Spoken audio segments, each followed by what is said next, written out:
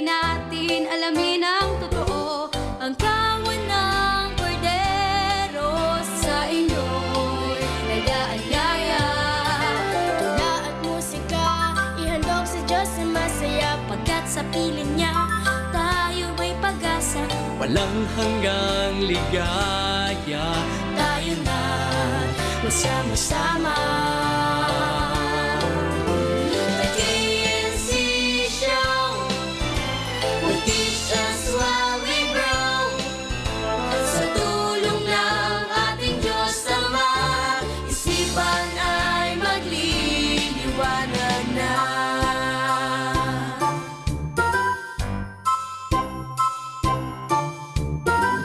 Mapalad nga naman ang bumabasa, katwiran ng Ama ay mauunawa. Kaya buksan ang Biblia, tayo na magsalo-salo.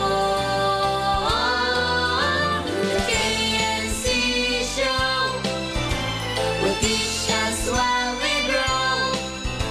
Sa tulong ng ating Diyos Ama, isipan ay magliliwanag na. Ang turo ng ating Ama ang siyang dapat lakaran. Sa KNC Show will teach us while we grow.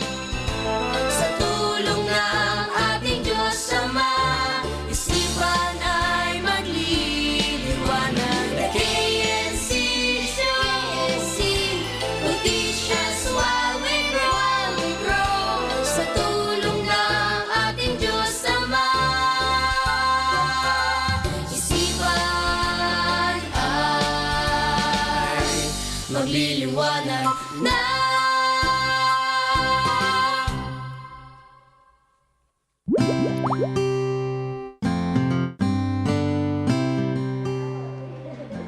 Hi kids!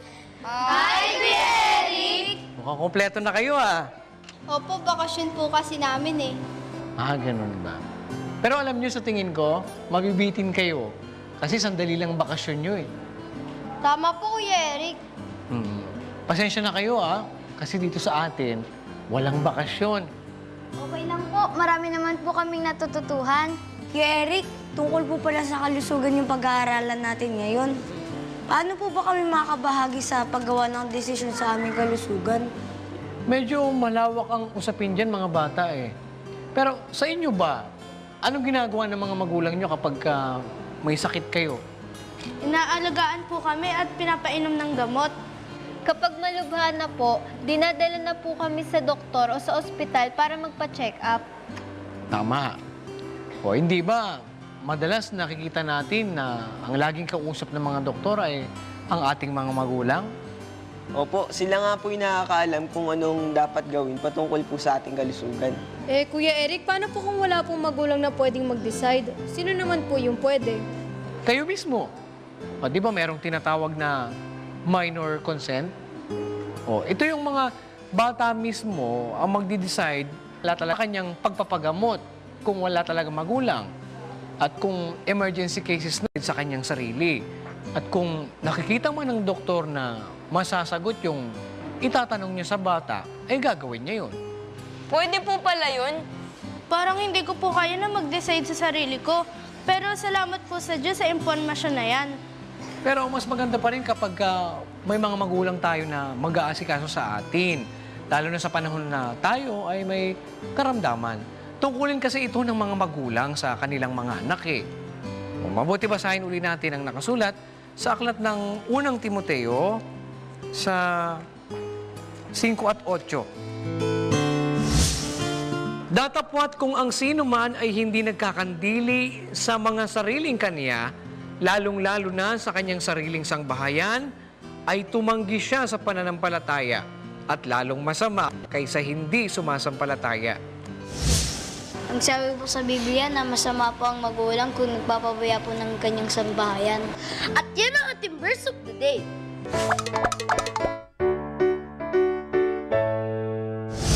O mga bata, marami pang mga bagay ang pag-aaralan natin tungkol sa topic na ito.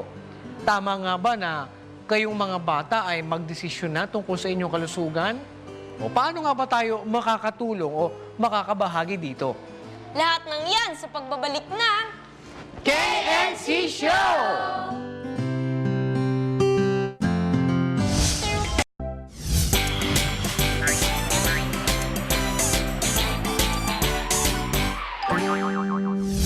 Hi kids! Alam niyo ba pag tayo ay nagkakasakit o anumang bagay na may kinalaman sa ating kalusugan ay may kinakailangan na magdesisyon at yon ang ating mga magulang. Mula sa mga pagkain kinakain natin, sa mga check-up o pagpapatingin sa doktor, at pati na rin sa mga vitamins o gamot na iniinom natin ay may taong kinakailangan na magdesisyon para sa atin habang tayo ay bata pa. Aalamin pa rin natin yan kasama si Doc Umali. Tara kids, samahan niyo ako. Magandang hapon po, Doc Umali. Good afternoon, Benz. Pagdating po sa aming kalusugan, sino naman po ang nagdidesisyon para sa amin? Well, pagdating sa kalusugan, no, magulang yan at kung may sakit ka, doktor. You know? But, bilang bata, kailangan din maging honest ka sa magulang mo. Minsan, may mga bata, may mga nararamdaman na hindi sinasabi. Kaya nagiging delay yung pagtingin sa kanya ng doktor. Ano naman po ang maaari naming may tulong sa kanila pagdating dito habang kami ay bata pa? Meron ka lang maramdaman, sa tingin mo, tanong mo na agad ang magulang mo. Para kung kaya nila solusyonan yun, solusyonan nila on their level. Pero pag hindi, matanong ka agad sa doktor para maagapan ka agad kung may problema. Sa pakikihalubilo namin sa aming mga kapwa-bata, paano po namin sila matutulungan pagdating sa pagdidesisyon? Para ka naman makatulong sa mga kaklase mo, sa mga kaibigan mo in decision making, no?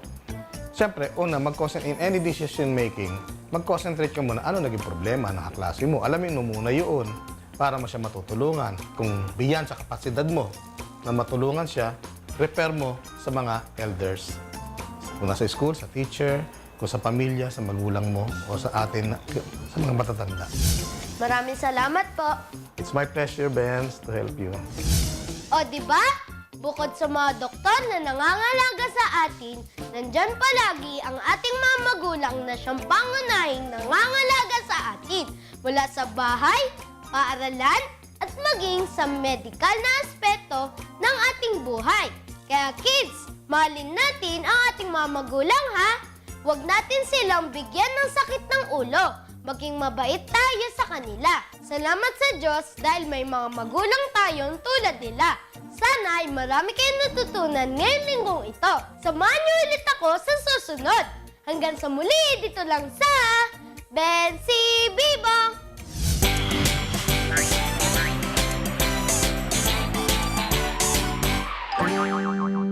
Good afternoon. I'm Sid Kapung reporting news from around the world.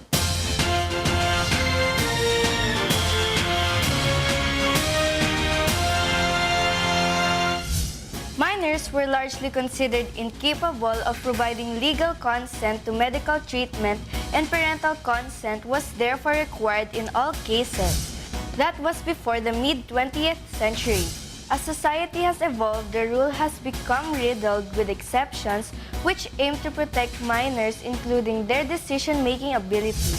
There are, however, legal rules that allow minors to consent to their own medical treatments regardless to their parents' wishes. The ability of minors to consent to treatment for themselves does not necessarily mean that their parents lack the ability to require them to submit to treatment. Children who have been abused or neglected may generally be examined without parental consent. Even though minors are empowered by state of law to give consent, the doctors still need to ensure that the minor is capable of giving the consent. If a minor is too immature and doesn't understand the procedure's risks and benefits, the doctor won't allow him to consent for his own purpose. Until next time, I'm Sid Kapung reporting news from around the world.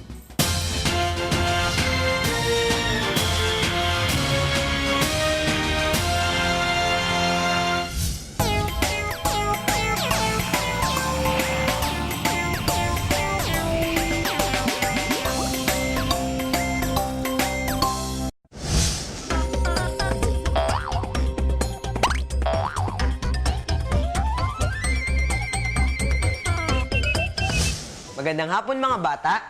Tungkol pa rin sa ating mga bata ang pag-aaralan natin ngayon. Dahil ngayong buwan ay ang Children's Month. Lahat ng ating karapatan at mga pangangailangan, pati na ang pagdedesisyon, ay bahagi din pala tayo.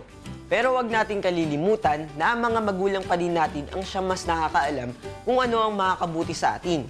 Kaya ang iguguhit ko sa inyo ngayon ay isang batang na ibibigay ang karapatan, pangangailangan, pati na ang kalusugan at edukasyon. Iguguhit ko siya sa pamamagitan ng color etching. Kung nag-enjoy kayo sa ginawa natin noong nakaraan, samahan niyo kung sanayin gawin ito ngayon. Ang kailangan nating materials ay cardboard paper, crayons, at lapis. Ready na ba kayo? Tara, simulan na natin. Gawin lang natin ang procedure sa paggawa ng color etching. Gumamit tayo ng iba't ibang kulay at balutan natin ito ng kulay itim. Sa edukasyon naman ay binibigyan tayo ng pagkakataon na makapag-aral mag-isa upang matuto tayong umalam sa ating mga aralin sa pamamagitan ng pagre-research. Pero tinitiyak pa rin ng ating mga magulang na tama ang ating ginagawa. Tayo mga bata ay binibigyan ng pagkakataon na magdesisyon patungkol sa ating kalusugan, tulad na lang ng pagpili ng ating kakainin. Pero ginagabayan pa rin tayo ng ating mga magulang kung ano ang dapat nating kakainin.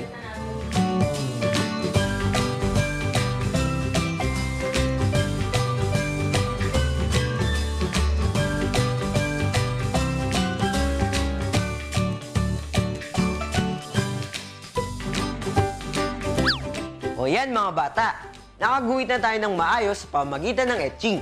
Huwag lang natin kalilimutan ang instruction sa paggawa nito.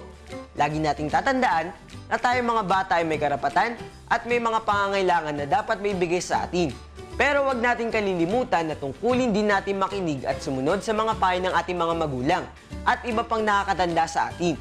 Kung loloobin ng Diyos, magkita-kita ulit tayo sa Lunes upang magsanay ng ating kakayahan dahil tayo mga batang artistic.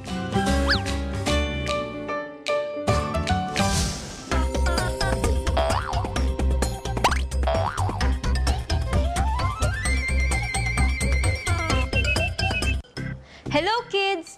Narito tayo ngayon sa Kids Lab!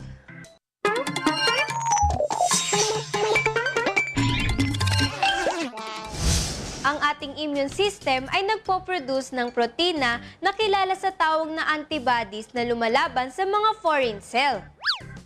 Depende sa tipo ng ating dugo, ang ating immune system ay re-reproduce ng antibodies na magre-react laban sa ibang tipo ng dugo. Kapag nabigyan ng pasyente ng maling tipo ng dugo, ang antibodies ay agad na lumalabas para sirain ang pumasok na selula. Dahil dito, maaaring magkaroon ng lagnat, panlalamig at mababang presyon ng dugo ang pasyente. Maaari ring madamay ang mahalagang bahagi ng katawan at tumigil sa pagpa-function tulad ng ating kidney.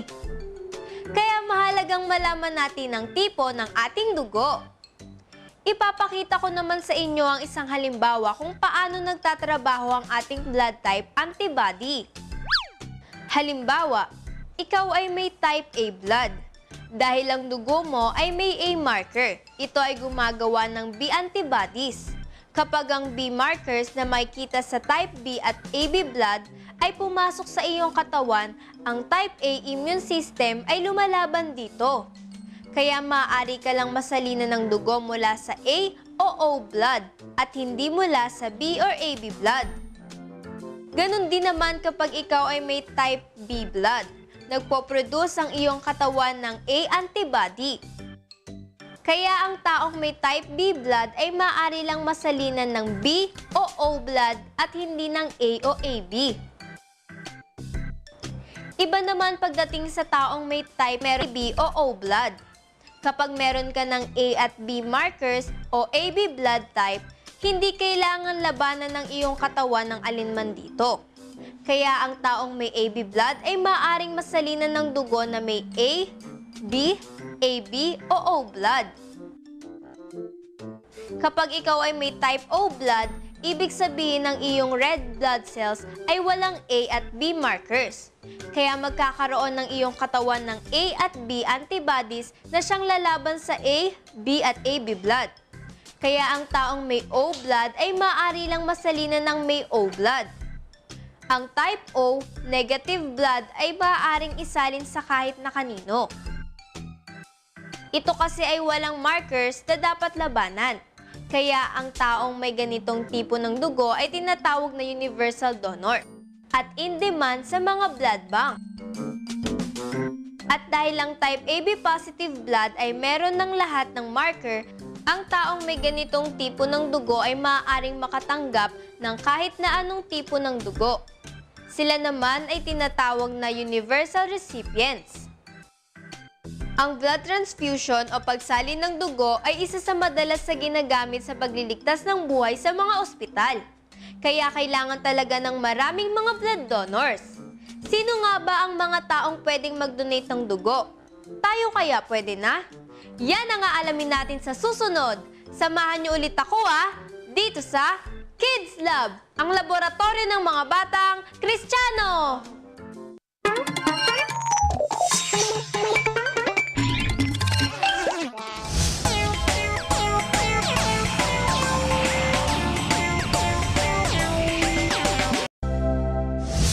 Marami pa po talaga kaming dapat malaman tungkol sa decision making.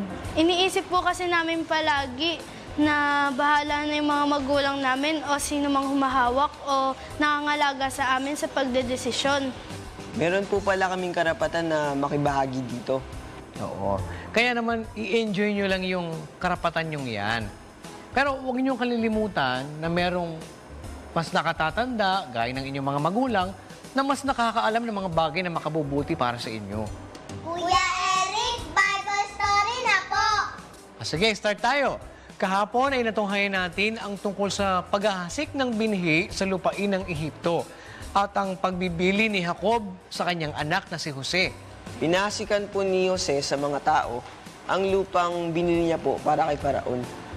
At binigyan po ni Jose ng ika-4 na bahagi ang mga taong naghasik. At kay Faraon naman po ay ika-5 bahagi ng inanin nila. At sa paninirahan po ni Jose sa lupain ng Ehipto, ay nagkaroon po siya ng mga ari-arian at saganang buhay. Oo, at ibinilin nga ni Jacob sa kanyang anak na si Jose na huwag siyang ilibing sa lupain ng Ehipto, kundi sa lupain ng Kanaan. At sa pagpapatuloy ng ating kwento, ito naman ang sumunod na nangyari. Basahin natin sa Aklat ng Henesis 48:1 hanggang 10. At nangyari, pagkatapos ng mga bagay na ito, na sinabi ng isa kay Jose, "Narito, ang iyong ama ay may sakit." at kanyang ipinagsanasi ang kanyang 2 anak, si Manases at si Ephraim. At may nagsaysay kay Jacob at nagsabi, "Narito, pinaparituhan ka ng anak mong si Jose." At si Israel ay nagpakalakas at umupo sa higaan. At sinabi ni Jacob kay Jose, "Ang Diyos na makapangyarihan sa lahat ay napakita sa akin sa luz sa lupain ng Kanaan at binasbasan ako at sinabi sa akin, 'Narito, palalaguin kita at pararabihin kita at gagawin kitang isang kapisanan ng mga bayan at aking ibibigay ang lupaing ito sa iyong lahi pagkamatay mo, na pinakaari magpakailanman. At ang iyong ngang 2 anak na ipinanganak sa iyo sa lupain ng Ehipto bago ako naparito sa iyo sa Ehipto ay akin.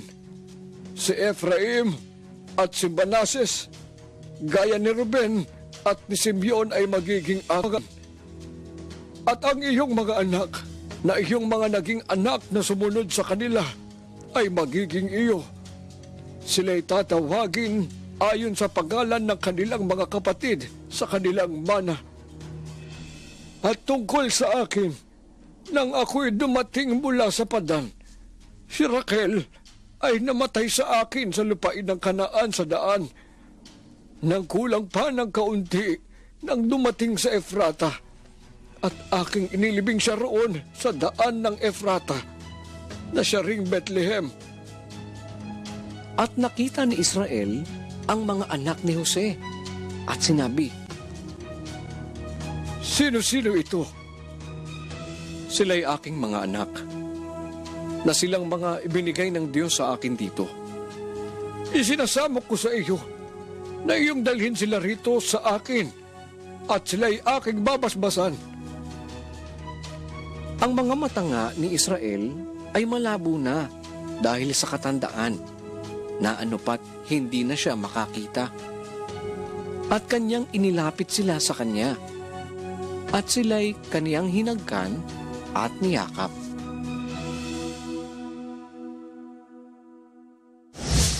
Nagkasakit po pala si Jacob at pinapunta niya po si Jose sa kanya para makita siya. Sinikap po ni Jacob na magpalakas at umupo sa kanyang higaan nang malaman niya pong dinalaw po siya ni Jose.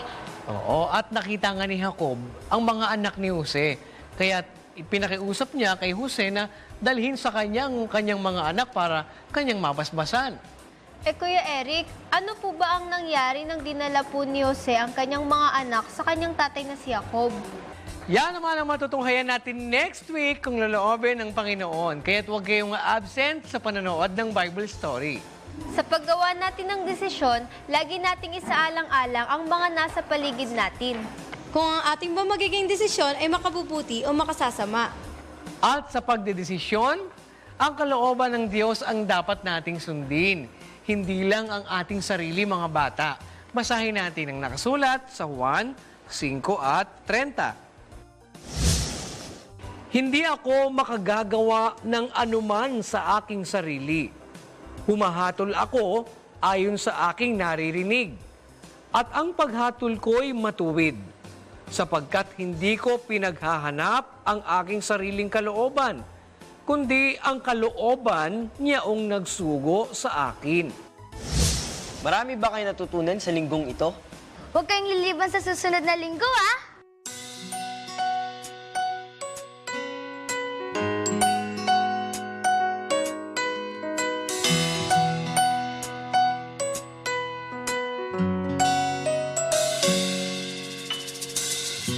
Tagulan ay dumarating, ito'y paghandaan natin.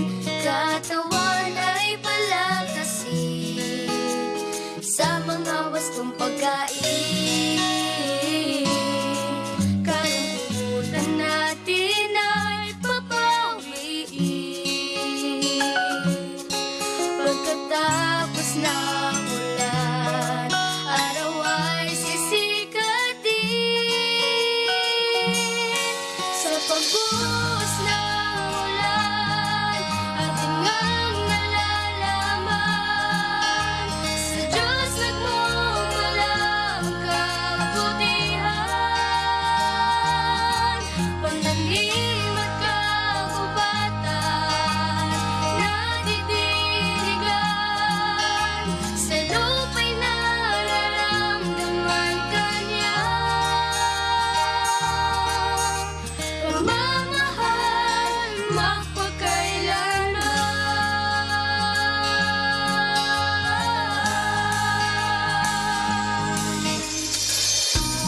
Halina't sumukog na, magkasama tayo sa tuwina.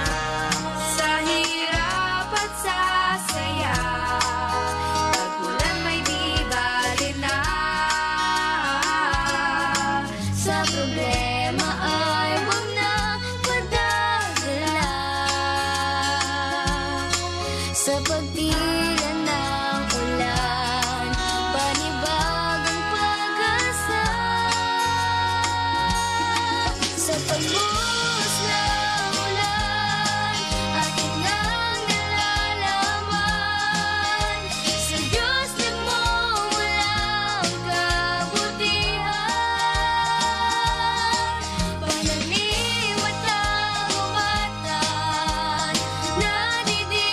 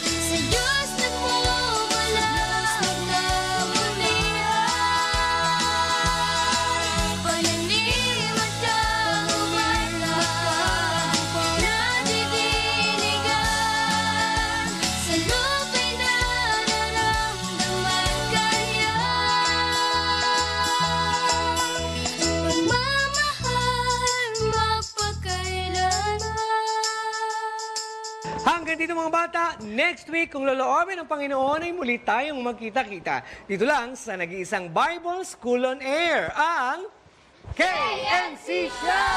The KNC Show will teach us while we grow. Sa tulong ng ating Diyos Ama, isipan ay magliliwanag. The KNC Show will teach us while we grow. Sa tulong ng ating Diyos Ama, isipan ay magliliwanag na.